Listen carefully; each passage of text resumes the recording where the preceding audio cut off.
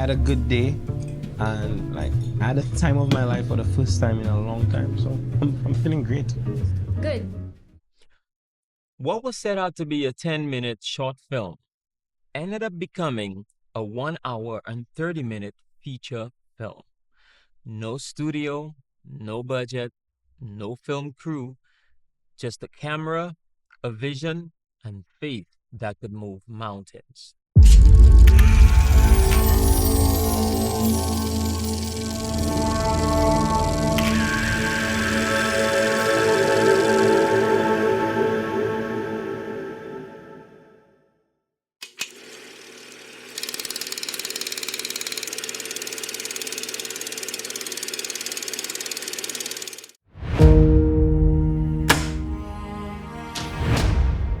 This all began with a script, small in scale, honest in story.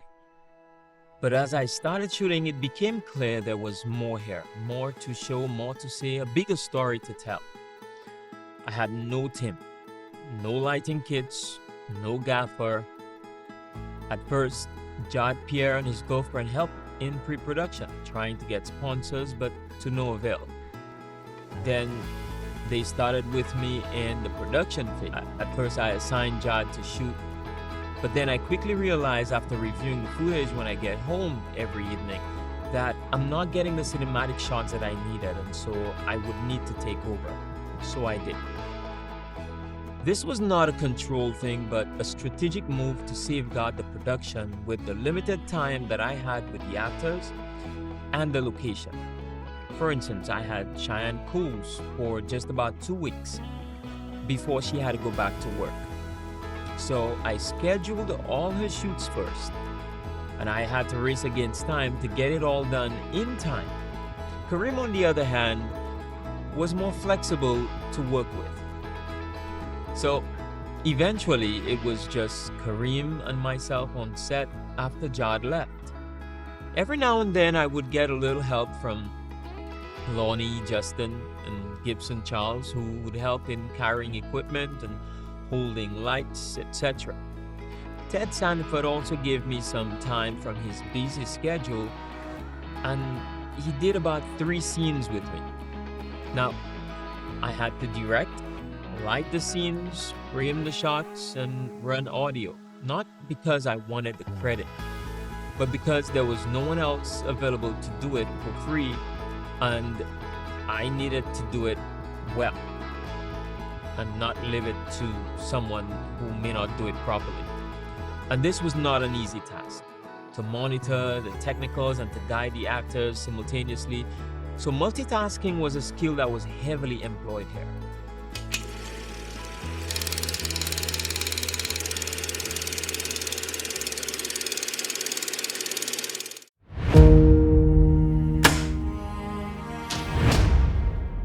So, the screenplay. It wasn't filmed as written. Well, the dialogue remained intact, but the ambience, the locations, even some scenes I had to change.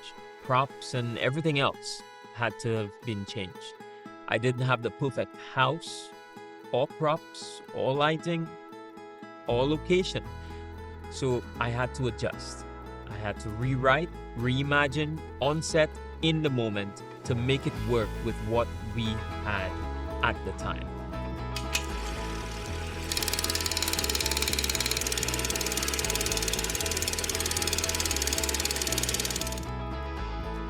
We made it work because we had to. We didn't have a choice. And honestly, I believe that that was where the magic came from.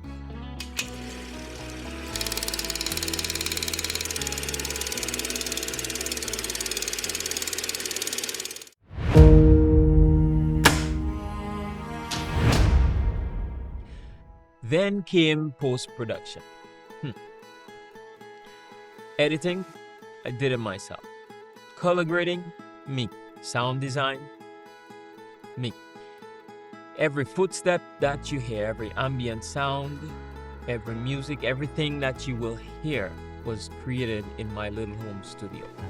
I started with Adobe Premiere, which I've been using for all my production life, And in November 2024, I switched fully to DaVinci Resolve. I had limited time to learn it. In fact, I had to learn it in a matter of days. No tutorials, no mentor, just stubbornness and time.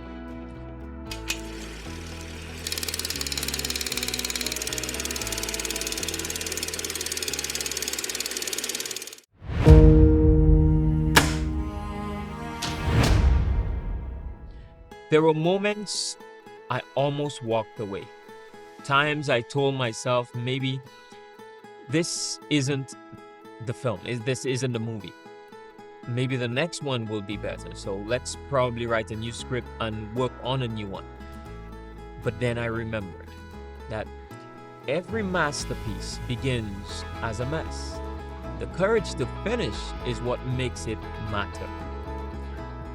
And so when I dropped the trailer, I got calls from industry people offering to help, but with a cost. Still, one person said yes, no charge.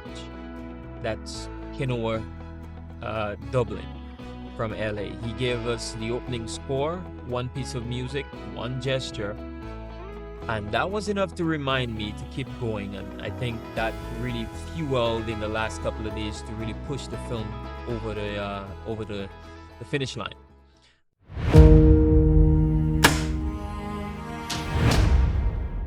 Now, let me be clear. This isn't to boast. This wasn't a one-man show out of ego. But I believe, yes, it may have been a one-man show out of necessity. There was no one else to give their time and energy for free except the actors. And to them, I owe everything. That's why I won't sell this film, to profit off of the gift. They gave their talent with heart, and I honor that. Some things are too sacred to be sold. And some stories are worth more than money. To Massey SLU, I say thank you for letting us film at your supermarket. To Real Foods and KFC St. Lucia, who supported this dream, Otis and Company, thank you so much for accommodating us, not just with food, but with a place to shoot. To every person, every business place who said yes, to Dr. St-Amy and Malcolm to opening their doors to us of their newly built home. A special thank you goes out to Jotej Pamphil of Royal Touch, who from the beginning agreed to give her time and her skills and her materials all for free to the production of this film. And so this was a sacrifice that I know was not easy, and I want to say thank you so much for that contribution. To every St. Lucian who supported this film in spirit and in silence, in passing, thank you so much.